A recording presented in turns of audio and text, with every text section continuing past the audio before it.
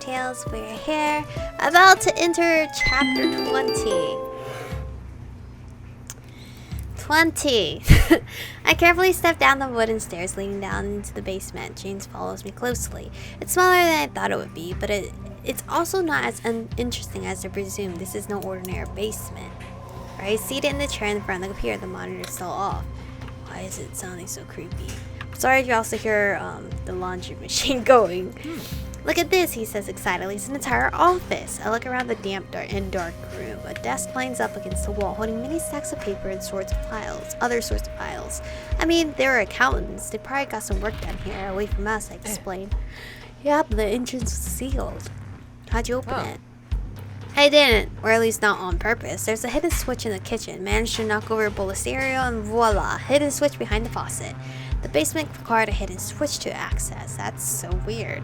I don't ever recall seeing the basement in the first place. Hey, Rai, start slowly. I'm trying my best, but I can't actually recall a basement.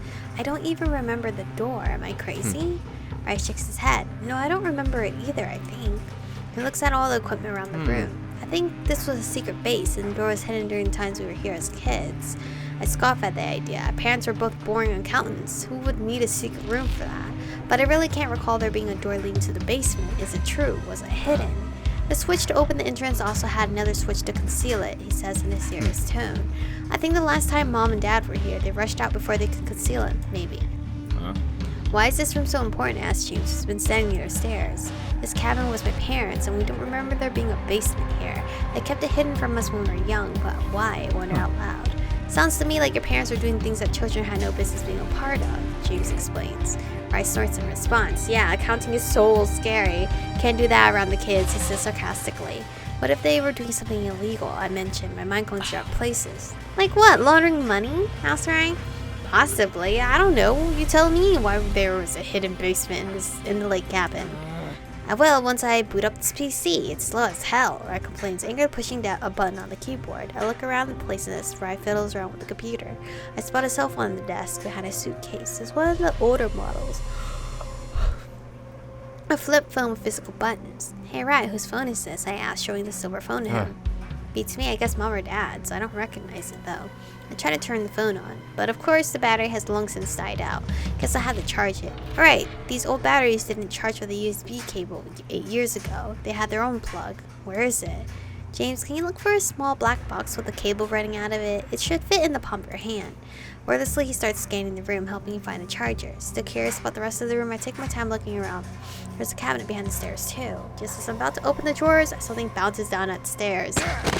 Ow! Yoke yelps as he stumbles down the stairs. He crashes against James' chest, who huffs menacingly. Fool, how you become so incompetent you forgot how to use stairs? He just chastises him. I'm sorry, Prince James. Eok apologizes and he pushes himself away from James. Hey Eok, are you okay? That looked like a bad tumble, I ask of him. Worried, he may have broken something. I'm okay. I came here because I heard voices, but I think my foot stepped on something. The three of us look down on the floor to see that Eok's boot has dug down into the glass covering of a picture frame. Quickly he lifts it up out of guilt. I bend down to pick up the broken frame and inspect the picture inside of it. It's a picture of my mom and dad, along with Kane's parents. 4 of them were really close, and they all ended up working at the same company. I'm sorry, Eok apologized with a grim expression. It's okay, the picture's still fine, see? I show him the picture. Who are they? He asks. These are my parents, I say as I point them out, and they're close friends, Kane's parents. They were all working in the same building when it was set on fire by a group of terrorists. Setting things on fire sound like someone I know, James quips, staring at you. We never harmed any goat. There were strategic bombings. I would rather not think about bombings right now, thanks, I say with a heavy heart. I suddenly hear the computer whir and the monitor finally turns on. About damn time! Rai complains that he takes control of the mouse and starts digging through the PC.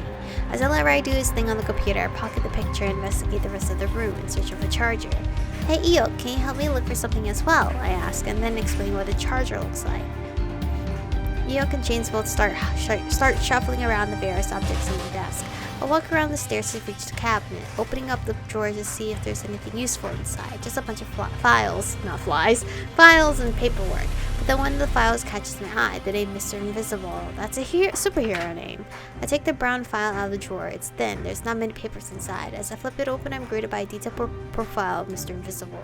It includes his superhero picture, which is laughably empty because he can turn invisible. But it also includes a regular picture of him, face visible and all. What the hell? It's got all of his personal information noted down too. Where he lives, what kind of day job he does, who his associates were. Why would this be here? Even if he were somehow a client for Mom and Dad's company, there's no way they would need this kind of information. I check the last paper in the file and I feel my heart drop in my stomach. It's a screenshot of a conversation he had with someone. I don't even need to scan it to see the notes taken at the bottom in my mother's handwriting. Runner for Julio. A million questions raced through my mind. Firstly, is Mr. Invisible connected to Julio? How? Julio is strictly against superheroes. Why would any super work for them? But most importantly, why the hell is Mom writing about superheroes and a connection to Julio? I say out loud. Rice spins around on his chair as he points at the screen. Michiko, I'm finding a lot of files on this computer, and not one of them has to do with accounting. I place the file back in the drawer, noting the other various files with superhero names on them. I walk to right to check the PC. Let me guess, something about superheroes? Yep, it's really bizarre. There's a bunch of folders with all those superheroes, even some that have vanished or died. Do you think Mom and Dad were investigating them? I asked, still confused about it all.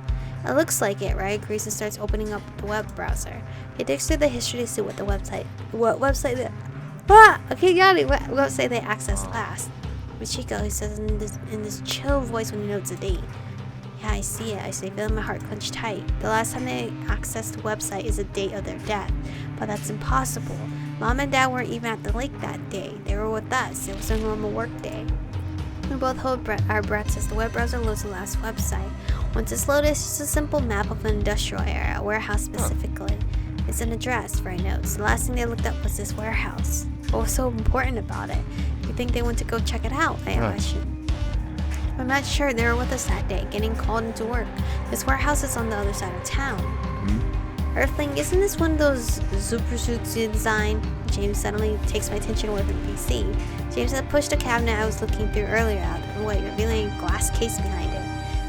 Inside are two mannequins dressed in what seems like a super suit. They're matching. It's clearly meant for a woman and a man. Ray pushes me out of the way and presses his nose up to the glass. What the fucking fuck? Those are super suits, he screeches. I don't have any words. All this information is so heavy on me that I sink to my knees. Yoke rushes over to me. Michiko, he gasps. Are you not feeling well? Just feeling extremely woozy, I breathe out in discomfort. Yoke helps me stand up straight. No way, Rice says, astonished. There's just no way. Mom and Dad had no ability. They were normies just like me. You're the only one of us who was born with one. Mom and Dad were just accountants. Rai repeats in his head. But no matter how much we fool ourselves, we can't deny what is right in front of us. A super suit for our parents. I don't recognize the suits at all. I've never seen them before in my life. I'm a little confused here, says Iyok. That makes two of us, they could. Seems like our parents had secrets they didn't want their children to know after all, James accurately observes. That's one big fucking secret, right? Grunts loudly. They were vigilants. Vigilance? Like rebels? Asked Iyok. A little? I say not sure how to explain. In my world, you had to register as a superhero to be able to openly practice your ability. But Mom and Dad weren't registered, right? Finishes my thoughts. And yet they have a secret base and a super suit. They were doing this off-grid. They were vigilance, right under our noses. How the hell did we not see this? Calm down, Ray. For all we know, this is not actually Mom and Dad. Maybe it's, I don't know, maybe someone else? Caden's parents, I suggest? They were also normies, he points out. Well, I don't know. Nothing we know seems to be true anymore, I lash out at him. Anyone who keeps something from their loved ones must have a very good reason to do so, says James. Agreed, it sounds like they hid it, but not with the intention of deceiving you, says Iyok. I run my hands through my hair as the world that I thought I knew spins upside down. The fire my parents died in, it was a terrorist attack claimed by Julio. It seemed random, they were at the wrong place at the wrong time. At least that's what I believed. But all this evidence in my face is screaming at me that my parents weren't just regular accountants who perished in a fire due to bad luck. Instead, they may have actually been connected to this all. Vigilance, superheroes who work in the dark and go against the government. They don't believe in registering and openly advocate for any super to use their ability in public. By definition, they wouldn't be Julio's #1 enemy, who wants to rid the world of supers. I can suddenly feel tears fall down my face. Did Julio kill them because they dug too deep? I ask out loud to no one in particular. Rai looks at me with a grim expression. He doesn't say anything, but his silence speaks volumes. I need some fresh air, I say, feeling the walls are closing in on me. I quickly run up the stairs to flee the basement. I crash down on the couch. My mind is racing. It's hard to calm down and organize my own thoughts. Everything I knew about my parents has been outright lies. Simple, hardworking normies who perished in a terrorist attack. No, instead I find out a secret layer with thousands of superheroes in their own supersuits. I sighed out loud in frustration. I hear steps going up the stairs, and it's James who appears in the door opening. Not saying a word, he slowly approaches me, standing behind the couch. Running away, he chimes in. I just need a breather, man. Funny, he looks at me like he couldn't handle the truth. I glare at him. I don't need your comments today. I just found out my parents have been lying to me my entire life. I need a moment to gather your wits, or deny reality. What do you care? I find myself asking. I don't, he answers honestly. However, if it were me, if I could find out something about my parents, to understand why they did the things they did, I would do anything in my power to do so. After all, both our parents are dead, and the dead can't speak, he says, pushing his hair away from his dark eyes. My eyes soften. James lost his parents when he was very young as well. There must be things he would like to ask his parents but can't anymore, just like I can't ask mine why they lied to me. I don't know why they lied, I say in a small whisper. Then what are you sitting around for? Go find out, he says with a huff. I can't help but manage a tiny smile. Then James starts to leave. And wait, where are you going, I ask. To train, of course. Can't sit and wait around until you make a decision. Without even waiting for a reply, James opens the front door and goes outside. He's right, I shouldn't sit around, being angry at the fact my parents lied to me all this time. I need to get to the bottom of this. I get up from the couch and go down into the basement. Michiko, I found the box, says Io once I'm back downstairs. He's holding an old charger. Well, thank you, I say and grab it. I quickly plug it to the nearest outlet and start charging the cell phone. Perhaps we can find out some good information on it. Michiko, says Rai, I've been digging more and more through these files. There seems to have been a clean wipe at a certain point with some files missing. From what I can deduce, it seems Mom and Dad were definitely part of a group of vigilantes. I still can't believe it. Vigilantes, what kind of abilities do they have, I asked. They've never shown an inkling of power to use. I don't know, maybe they took up the cause despite still being normies. Rai tries to open a folder on the computer, but a prompt window shows up instead, asking for a password. Well, there's actual security. Try our birth dates, I suggest. Mom and Dad weren't the brightest when it came to technology. Rai starts tapping away on the keyboard, but both our birthdays are rejected as passwords. Anniversary, I propose instead. Rejected again. Seems I'm going to have to crack it. I'll leave that to you then, I say, and resume my attention back to the cell phone.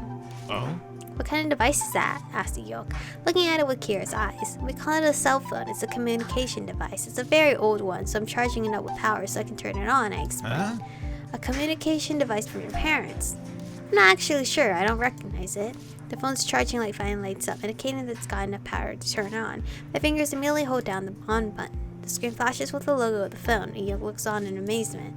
I'm hoping there's no PIN code on this, otherwise I wouldn't know what it is. Luckily, the phone boots up without asking for a PIN confirmation. I search through the text messages, but it's empty save for a single message. On my way. The number is not saved as a contact, so I don't know who it's from. The date of this text messages, my eyes flutter downwards, the date of their death. Along with the last usage of the computer, Mom and Dad were definitely here the day they died. Perhaps the message came from Kane's parents, who said they were on their way to the office. That would make sense at least. They're dead too, so their phone number will be out of service, or someone else may have gotten it. But I end up calling the number anyway. It's ringing. I wait as the ringing fills my ears. With my breath stuck in my throat, I expect to hear a message saying the number was out of service, but it turns out it's still in use. Someone picks up, but it's silent on the other end. Hello? I croak out. Immediately the line disconnects. Were you calling someone? Asked Rai once he noticed that I've been doing something. Someone picked up, I say, staring down at the screen. Who? I don't know. There's no name saved with the number, but they sent a text message to Mom and Dad on the day they died. Rai's eyes turn serious as he realizes the gravity of the implications as well. Call again, he tells me. I redialed the number. It goes straight into automatic message that the number could not be reached. I sigh exasperately. They turn their phone off. So it is a person at least, writing notes. I nod at him. I may not have heard anyone, but someone definitely picked up and got spooked as soon as I spoke. I checked the contact list in the phone, but as expected, it's empty. Looking at the call history, it's a bunch of calls to the same number I made just now, including one made on the day of their death. Oh, I noticed another number that was called before. However, when I try calling the number, it is out of service. There's nothing else of interest on this phone anymore, and I closed the phone without a snap. Or with a snap. Then looking through the communication device, Yoke asks. There wasn't much on it, just dead leads. I'm still working on the computer. I may have to write my own program to hack it. It might take a day or two before I mention this progress.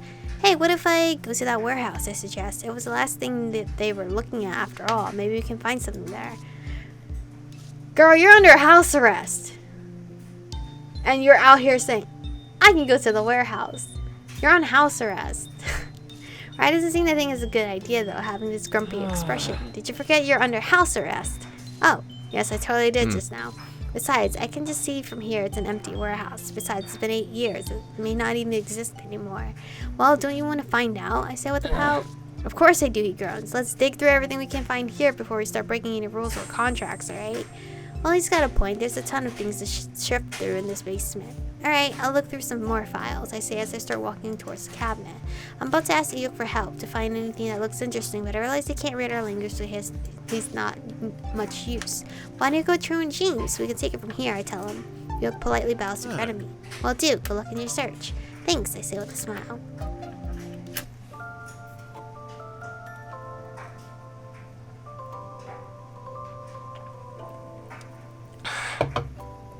My search through the basement was more or less the same. A bunch of files of superheroes and other people. It's got addresses, occupations, pictures, known associates, etc. They were really doing their research on these people.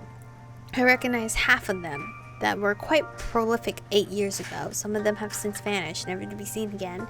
Most speculated that they simply retired and led a quiet life, pretending to be a normie.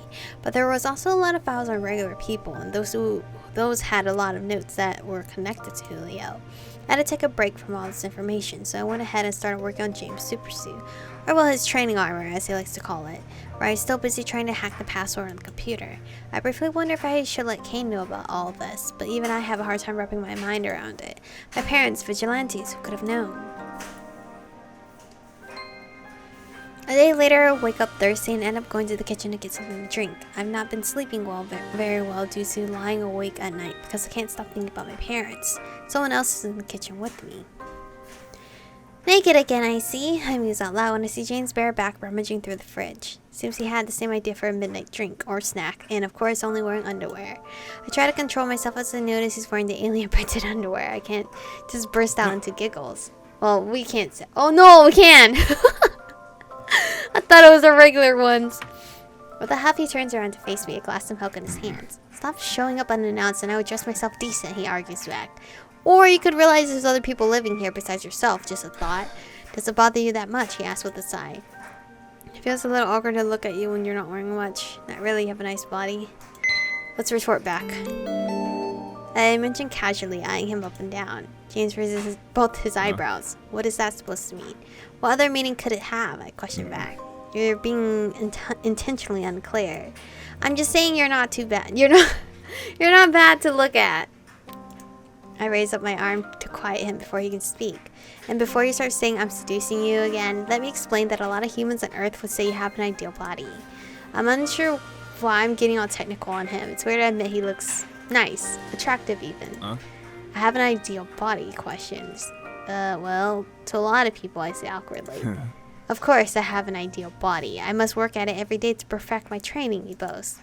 Well, you've definitely been doing that constantly, I say with a small sigh. How's my armor coming along, he asks.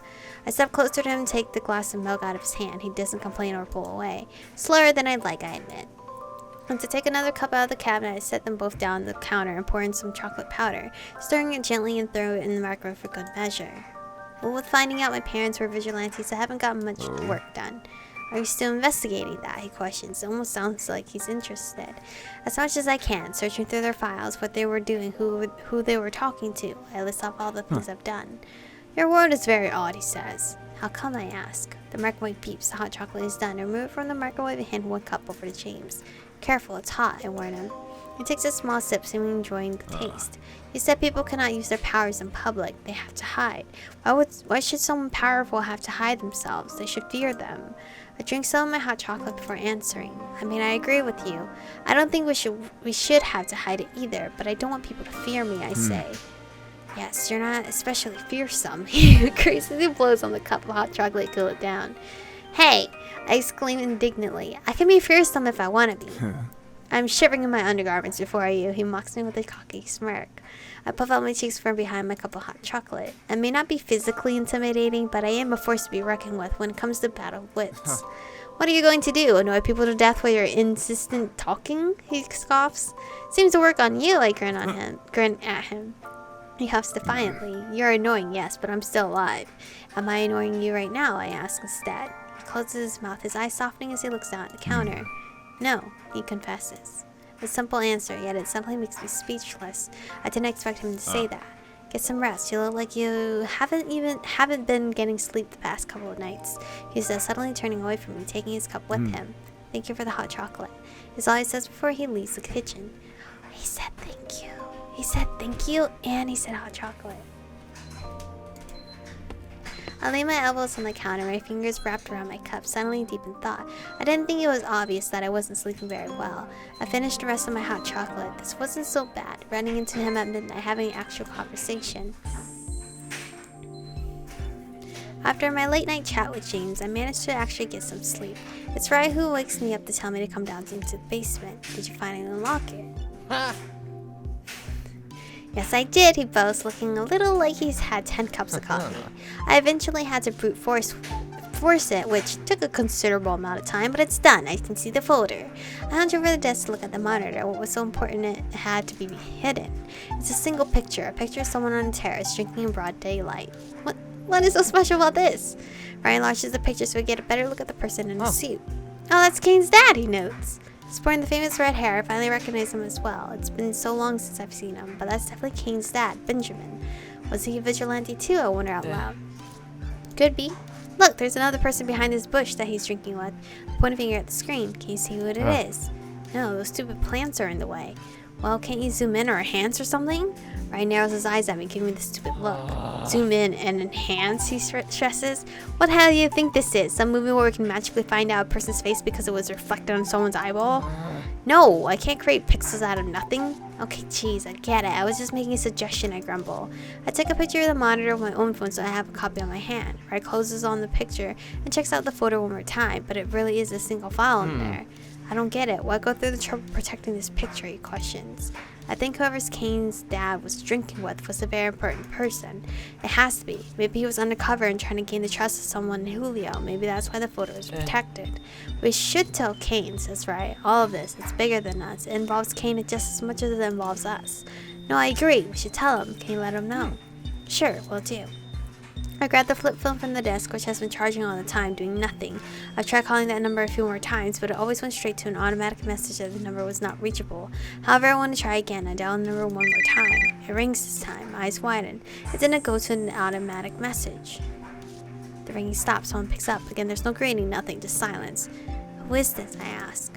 The line disconnects just like last time. Ugh, they hung up again, I grunt out loud. I close the phone. Dialing the number once more, I hear the automatic message again. Figures. Someone is definitely on the other end avoiding a call from this phone. Who is it? It's driving me nuts. Right, can't you figure out who this number belongs to, I whine? You think I haven't already tried? He asks. It's been scrubbed clean, a secure line. I can't find shit on it. Besides, I'm an engineer, not an investigator. I sigh loudly. I know. You know, we should really visit that warehouse. Right, suddenly he types in the address in the web browser and opens it up. He turns on the street view so we can see a rendered image of the appropriate address. There's nothing there aside from a bunch of rubble. A few years ago it got burned down, eventually taken down completely. There's nothing there to see. No! I really wanted to visit it and see for myself, but it's already gone? I guess that makes sense. 8 years is a long time for buildings to appear or disappear. Well, I'm going to keep digging, find out what I can, says Rai without sounding determined. I rub my temples with my fingers, so much to think about. Time for a break from all of this. To keep myself distracted from everything we found thus far, I throw myself into my work. I even avoid social media as much as possible, which are still buzzing about my super mall girl antics. How? James is getting his super suit and that's final, so I work extra hard and long nights to finish it. It's been 5 days since we discovered the basement and I finally finished the suit. I called James in for a fitting. About time you finished my armor, he complains as he enters my room. Leave your complaints at the door, alright? I would much rather hear some gratitude from you because I didn't need to do this at all. I don't recall asking you to make one, he grumbles. I put on a deeper voice. These clothes are too tight. I'm a bulky man. I need training garb. Ah! I imitate his voice. I do not sound like that, he hisses. Come over here and put it on. I grab his wrist and pull him along, showing him the super suit laid out on top of the bed. So that's what you mean, he asks, eyeing the pieces of fabric. Yes, do you need help getting dressed? I have learned the art of zipping. I am fine. I check back, a laugh. Zipping. Alright, don't forget to zip up the back. I turn around and give him some privacy as he starts to undress, not like I haven't seen him in less. Hearing the soft rustling of fabric behind me, James zips up the back. I turn around to see him in his new suit. God damn. I'm good. It looks pretty... It doesn't really reflect James. The more I look at it, well, not this form, I guess, but when he's in his phasing form, I guess it would look better. What's wrong? Too tight? I asked, suddenly concerned about the fit. James reaches behind the back of his neck. Something seems to be irritating him there. I can see from here, the back of his hair has gotten stuck in the zipper. Okay, you really need to tie up your hair or cut it off, I say, sighing. It's fine, he attempts to convince me, trying to get his hair free from the zipper. Here, bend down, I say, flagging at him. James surprisingly lowers himself so that I can reach the back of his neck. There's a tuft of hair stuck in the zipper and I gently remove it. He straightens his back and flips his hair out of his face. It almost feels like he's a model posing for a shoot. The super suit looks good on him, the fit is just right. It seems to highlight his toned body quite well. James flexes his muscles and whirls his arm around, testing at the limits of the fabric. Then he does a few squats to see if it can handle all of the stretching. So far, nothing seems to be bursting at the seams. I've outdone myself. I'm quite proud of my creation. I've missed doing this so much. You're grinning, James states. I bite down on my lip to prevent myself from looking like a goof, drooling over her own work. I'm just happy it looks good. How's the fit? Stretches alright? Arms and legs seem to be flexible, he answers. We shall see how it holds up during training or in actual combat. And I'm back to grinning again. You'll see it holds up quite well. I make nothing but the best, unlike that armor from Yule, which seems to get blown up all the time. It does not get blown up all the time, James grumbles pedantically. I've seen it in tatters twice, I point out. Those were exceptional circumstances, he argues back. Well, I create based on exceptional circumstances, I reply. You won't be seeing my work get blown to bits. You seem to be quite confident about this, because it's the truth. The corner of James' lips lifts up. He seems amused. Is that so? Should I test the reality of that statement? I shrug, not worried in the least. Be my guest. Please train your super suit. It's what I made it for, after all. He huffs. I will. I stare at him with a smirk on my face as he exits the room. I'm glad I did this. It gave me the much needed distraction from everything else. I wonder what I should do with the scraps of fabric. A while later, I'm curious how the super suit is holding up during training. Once I'm outside, I spot Eeyore and James sparring in the distance. I wave at them. Hey! I call out. James turns his head to look at me, right as Eeyore is about to throw a mean left hook and hits him square in the face. I gasp out loud as James stumbles backwards. Oh no, are you okay? I ask, rushing over to them. I didn't think that would have landed, says Eeyore in an apologetic voice. Is Prince James alright? He asks. James rubs his nose for a bit and flips his hair out of his face. Stop cuddling me. You landed a hit because I got momentarily distracted by a screeching voice. Hey, you don't have to be mean like that about my voice, I cut in. Don't disturb us when we're training. It would lead to accidents. Remember the last time we sat in for a session, he huffs?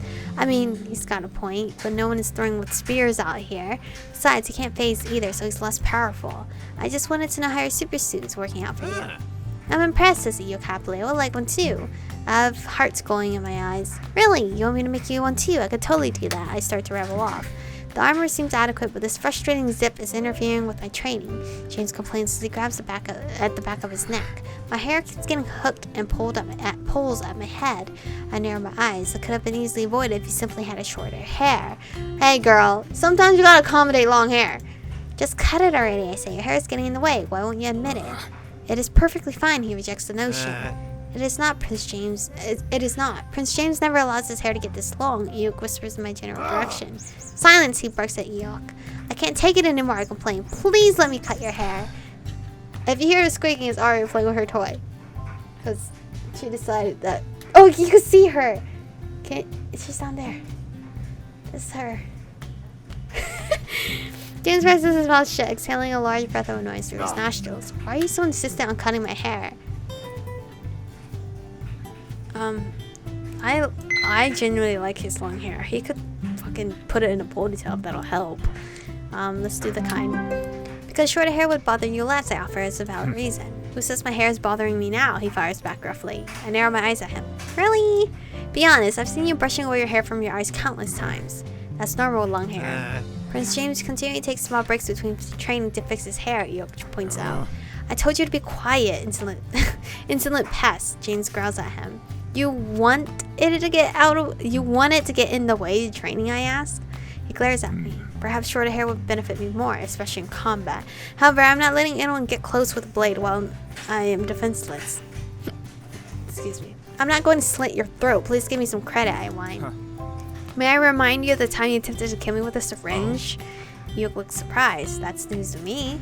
That was so long ago, and it's not like you haven't done your fair share of grievances against me too. I haven't made no attempt on your life, he feels confident enough to say out loud. You have only made an endless amount of threats on my life instead, I argue back. Now please, I promise I'm not going to hurt you. If I wanted you dead, I would have made an oath with you. That also puts my life in your hands. James stares at me for a very long time, contemplating what I've said so far. Fine, you get your wish, he finally concedes. I grin at him. Great, let me go get the scissors. Yoke just smiles with his goofy grin and waves at us.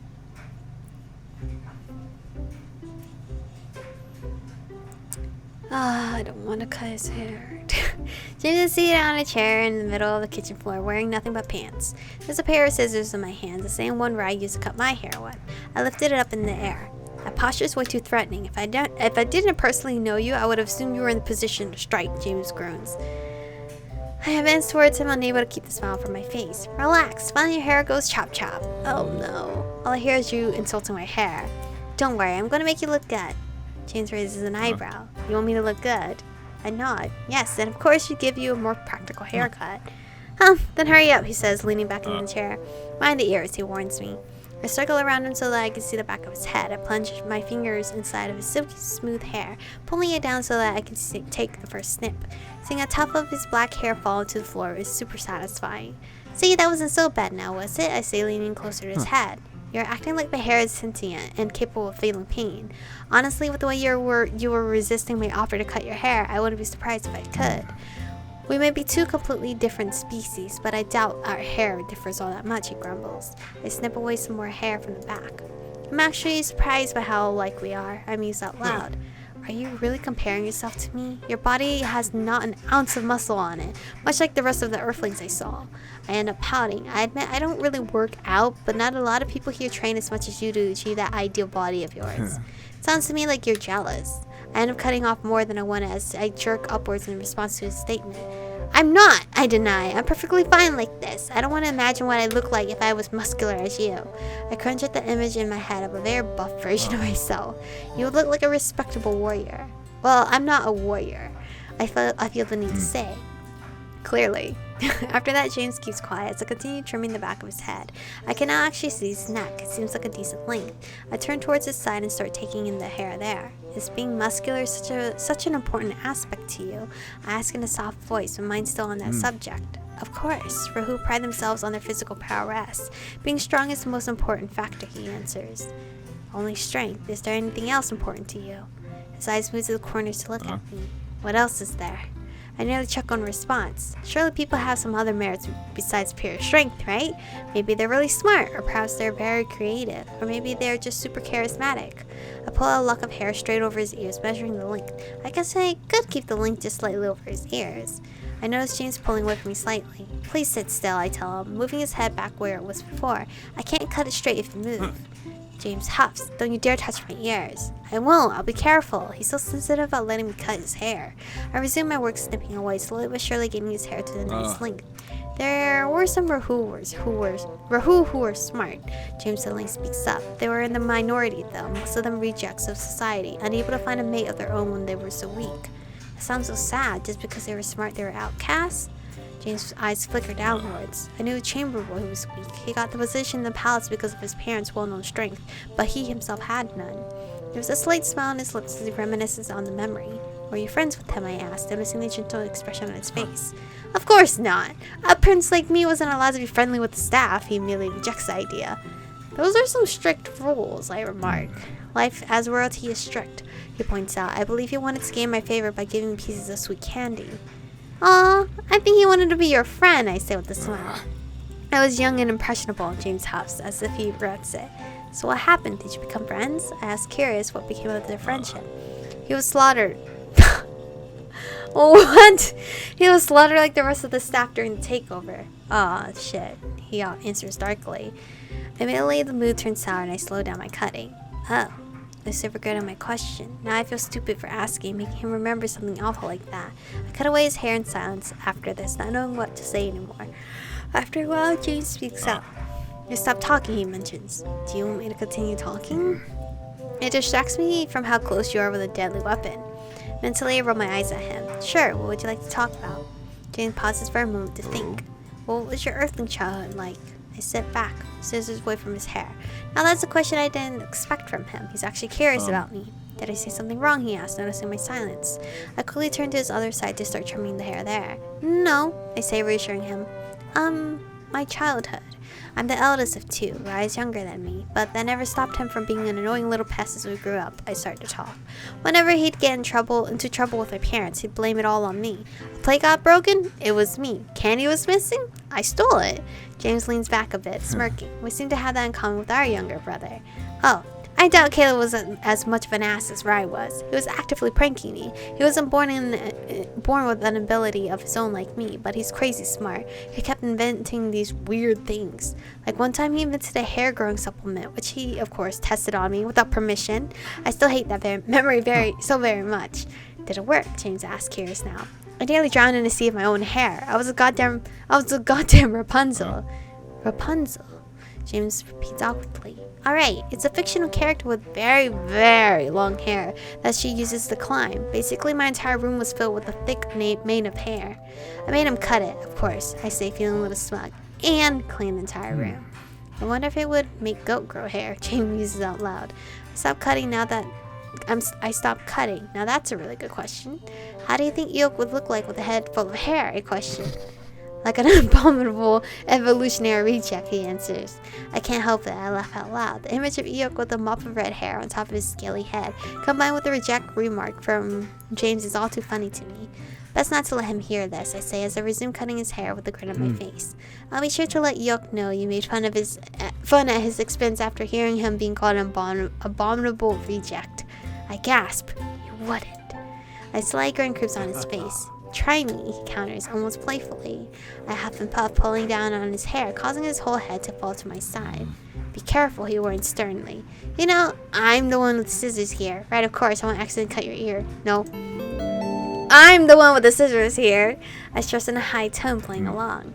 That you are, he agrees. And I could so easily slip in. I brush his hair away from his ear. Oops, I could have nicked a precious ear, I say, my fingers trailing his cartilage. I wait with bated breath for his response. For once we were having friendly banter and it's amusing.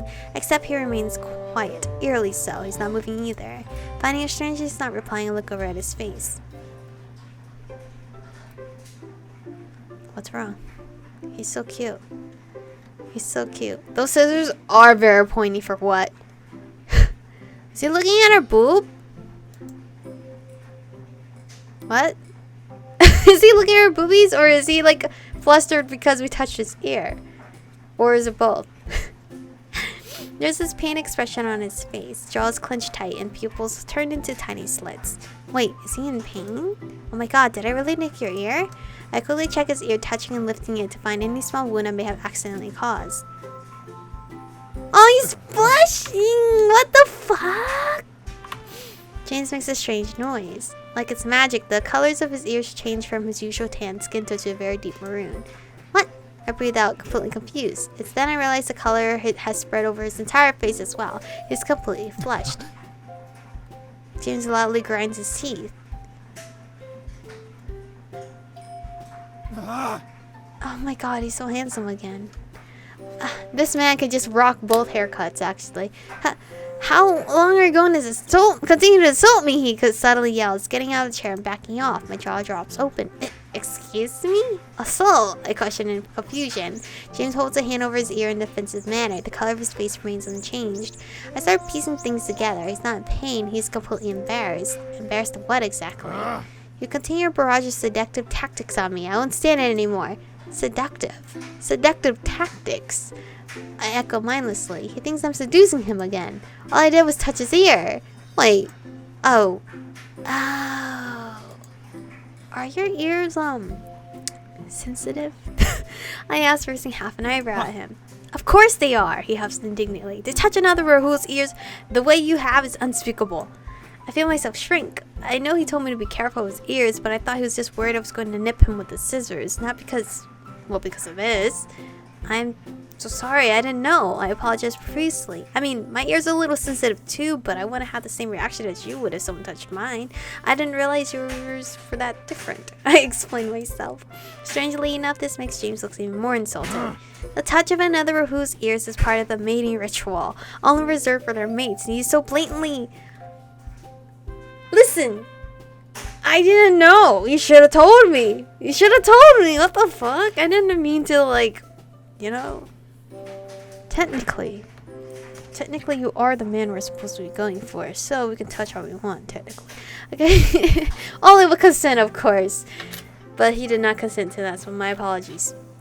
I can feel the cold sweat trickle down my back, and suddenly my face is completely red as well. Mating ritual! I repeat with a gulp. Did I just unknowingly participate in some kind of sexual act? God, I feel awful and so embarrassed. You were, she starts still rattled. You were trying to arouse me. No. Not really. Not on purpose. My face fills up with all the blood in my body that my legs suddenly give way and I collapse to the floor. Nope. Nope, nope, nope. Please let these kitchen towels open up and swallow me whole, because I don't think I could face him ever again, knowing I was trying to arouse him by touching his ear. I buried my face in my hands. Oh God, I'm so sorry. I really didn't know. I apologize again. James finally lowers his arm, unguarding his sensitive ears. His face isn't as red anymore as he tries to compose himself. He looks adorable. He awkwardly clears his throat. Earthlings do not have this feature. Feature? He asks, unsure. I shake my head. No, I'm fine. Touching it, see? I say, touching my own ears like it's nothing. Then I start thinking, wait, is me touching my ears the equivalent of me flashing my breasts, James? I stop touching my own ear and cover it with my hair, feeling even worse. James runs a hand through his freshly cut hair. Loose strands fall down to the floor. Very well. I shall accept your apologies for your ignorance and pretend this never happened, he says in an eerily chilly voice. But I cannot allow you to continue cutting my hair anymore, he finishes. Totally reasonable, I quickly agree. I wasn't finished with his haircut. The front still covers his eyes somewhat. But I guess this will do, because I don't think I could go near his face again without bursting into a blush. We are finished here, he says in an almost robotic tone. He then turns around and leaves the cabin. I scream a bunch of obscenities into my hand once he's left. A jolt of vibration startles the hell out of me. Oh, it's the flip cell phone that I still had in my pocket. I've been carrying it around. When I'm getting a call. Clumsily, I fish it out of my pocket and shakily press the accept button. Hello? I breathe out uncertainly. There's no sound on the other end. Who is this, I ask. 118 Bumaki Street, tomorrow at noon, says a male voice. The phone then disconnects. I can feel my heart racing in my chest. It hasn't stopped since that embarrassing moment with James, but now it's beating for a whole other reason. I got a call from my parents' secret cell phone and an address to meet someone at. Better not be Kane. Kane, if it's you again, homeboy, you have traumatized me in both routes. And the secret identity feature. I cannot word it anymore. My brain is shot. Literally, every chapter has been almost nearly an hour long, and it is taking a toll on my throat. But anyway, thank you guys for watching today's episode. We're about to hit chapter 21. I'm pretty sure James is 27 chapters, so there's going to be like 6 chapters after this. And we have still yet to fall in love with him. I don't know how you guys are feeling in the love department, but with James, I'm not there yet. I have not fallen for this man yet. I've been falling for everyone else but him. In this round, it seems like I'm a single Pringle in this one. But anyway, thank you guys for watching today's episode. Stay beautiful, and I'll see you guys in the next one.